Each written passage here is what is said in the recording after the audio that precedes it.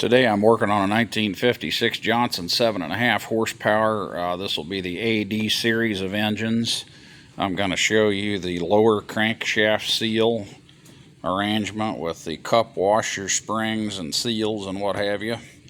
This video also applies to the 5.5 horsepower model CD series.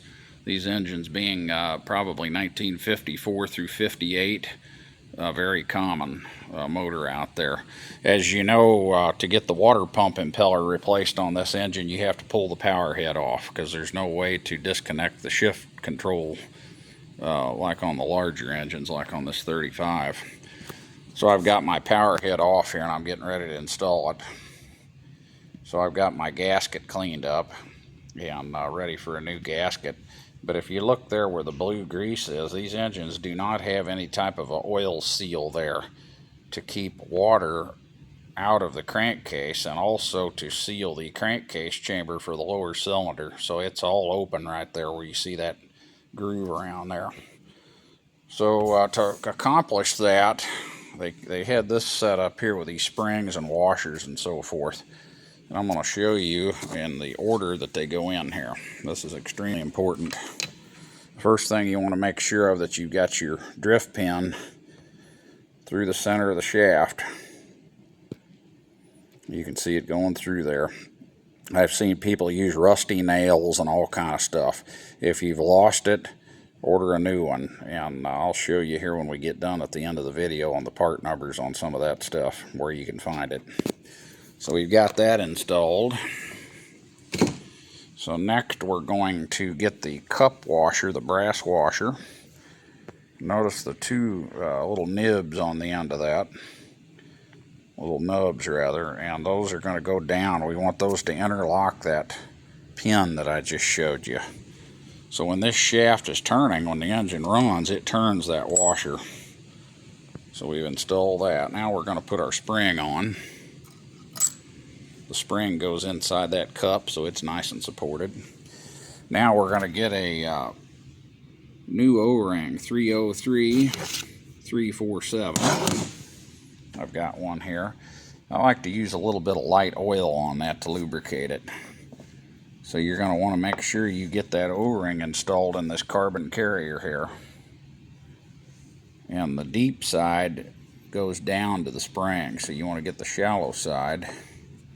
We're going to work that, get that O-ring in there. Just like that.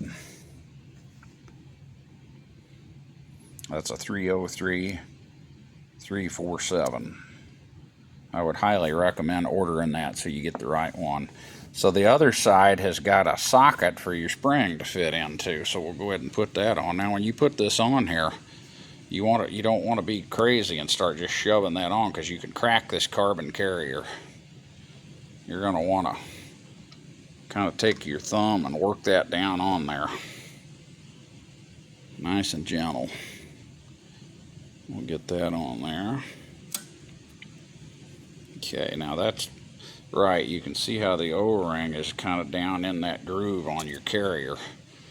So that's our next step. We've got that all put in. Now we're going to get this washer, and you can see the little center dome piece that sticks up. That's going to go up on this assemblage, so it will go on like this.